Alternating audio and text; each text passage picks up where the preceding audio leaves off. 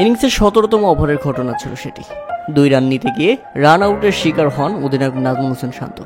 যদিও তার run out নিয়ে রয়েছে অনেক প্রশ্ন, কেননা তার রান আউট এতটাই ক্রিটিক্যাল ছিল, আম্পায়ার ডিসিশন দিতে দ্বিধায় পড়ে গিয়েছিলেন। ব্যাট দ্বার প্রান্তে পৌঁছে গেছে আর সাথে সাথেই স্ট্যাম্পের লাইট জ্বলে উঠেছে। ধারণা করা হচ্ছিল নট আউট আসতে পারে, কিন্তু না, সবাইকে হতাশ করে এখানে তৃতীয় আম্পায়ার আউট ডিসিশন দিয়েছেন। তাতে বাংলাদেশ ১০০ রানের মধ্যে ২ উইকেট হারিয়ে ফেলে। মনে হলো এই বুঝি বিপদে পড়ে গেল দলটি। হতাশ হয়ে প্যাভিলিয়নে ফিরে গেলেন নাজমুল হোসেন শান্ত। ২৬ বলে ২৩ রান আসে তার ব্যাট থেকে। এরপর উইকেটে এসেই হতাশ করলেন লিটন কুমার দাস। ওয়ানিন্দু হাসানাঙ্গার বলে এলবিডব্লিউ। রিভিউ নিয়ে সাকসেস শ্রীলঙ্কা। বাংলাদেশ হারালো ৩ উইকেট। ৪ বলে ডাক মেরে ফিরে গেলেন প্যাভিলিয়নে। এর আগে পারভেজ হোসেন ইমন অভিষেক ম্যাচে শুরুটা করেছিলেন দুর্দান্ত, তবে ইনিংস বড় করতে পারেনি। ২৯ রানের মাথায় বাংলাদেশ হারিয়েছিল তাদের প্রথম উইকেট। এরপর দুর্দান্ত ব্যাটিং করেন তানজিদ হাসান তামিম। নাজমুল হোসেন শান্তকে নিয়ে দারুণ খেলছিলেন। মনে হচ্ছিল খুব তাড়াতাড়ি জিতে যাবে বাংলাদেশ, কেননা ওয়ানডেতে খেলছিল টি-20 স্টাইলে।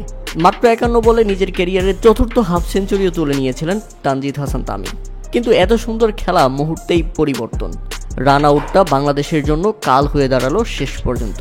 বাংলাদেশের সামনে লক্ষ্যটা বড় ছিল না। প্রথমে ব্যাটিং করতে নেমে শ্রীলঙ্কা অল আউট হয়ে গেছে ২৪৪ রানের মধ্যেই। বাংলাদেশকে করতে হবে ৫০ ওভারে ২৪৫ রান। যেভাবে শুরুটাও হয়েছিল দুর্দান্ত। বল হাতে দারুণ বোলিং করেছেন তাসকিন আহমেদ। ৪ উইকেট তুলে নিয়েছেন এই বোলার। ১০ ওভার বোলিং করে খরচ করেছেন ৪৭ রান। এছাড়া দুর্দান্ত ছিলেন আরেক পেসার তানজিম হাসান সাকিব। ৯ ওভার ২ বল করে ৪৬ রান খরচায় তুলে নিয়েছেন তিনটি উইকেট। শ্রীলঙ্কার হয়ে সর্বোচ্চ ১২৩ বলে ১০৬ রান আসে চারিত আসালাঙ্কার ব্যাট থেকে। অধিনায়কের সেঞ্চুরির উপর ভর করেই মূলত শ্রীলঙ্কা দাঁড় করায় ২৪৪ রান। তবে এরপর মুদ্রার উল্টোপিঠ দেখল বাংলাদেশ। এক বল পরেই বড় শট খেলতে গিয়ে বড় উইকেটটা হারালো বাংলাদেশ। ফিরে গেলেন তানজিম হাসান সাকিব। দারুণ ক্যাচ ধরে শ্রীলঙ্কা, আর তাতে যেন পরিপূর্ণভাবে ম্যাচে ফিরে আসলো শ্রীলঙ্কা। এ যেন উইনিং ক্যাচ। দুর্দান্ত খেলতে থাকা তানজিদ হাসান তামিমের ব্যাট থেকে আসে ৬১ বলে ৬২ রান। ১০২ রানের মধ্যেই বাংলাদেশ হারালো ৪ উইকেট। ১০০ রানে যেখানে বাংলাদেশের ছিল ১ উইকেট, আপনি জানলে অবাক হবেন যে এরপর তাওহিদ হৃদয় ব্যর্থ হলে ১০০ রানের মধ্যেই বাংলাদেশ হারায় ৫ উইকেট। পরপর ৪টি উইকেট বাংলাদেশ যেভাবে বিলিয়ে দিয়েছে সেটা বিশ্বাস করা খুবই কঠিন। ৪ বলে ১ রান আসে তাওহিদ হৃদয়ের ব্যাট থেকে। ম্যাচকে বের করে নিয়ে যাবেন তো দূরের কথা, উল্টো তাওহিদ হৃদয়, লিটন দাস ম্যাচকে ডুবিয়ে রেখে গেলেন। ১০৩ রানে বাংলাদেশ হারালো তাদের পঞ্চম উইকেট। এরপর বাংলাদেশের সাথে যেটা ঘটেছে সেটা একেবারেই অদ্ভুত এবং অবিশ্বাস্য। এভাবেও যে ম্যাচ হারা যায় সেটা হয়তোবা বাংলাদেশকে না দেখলে বোঝা বড় দায়।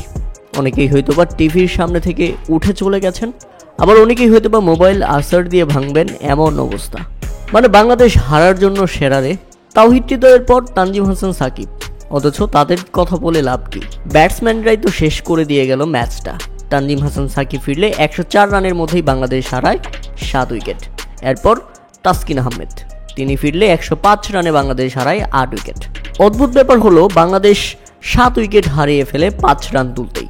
এর থেকে বড় দুঃখজনক ব্যাপার আর কি হতে পারে? ক্রিকেট সমর্থক হিসেবে অবশ্যই জানিয়ে যাবেন।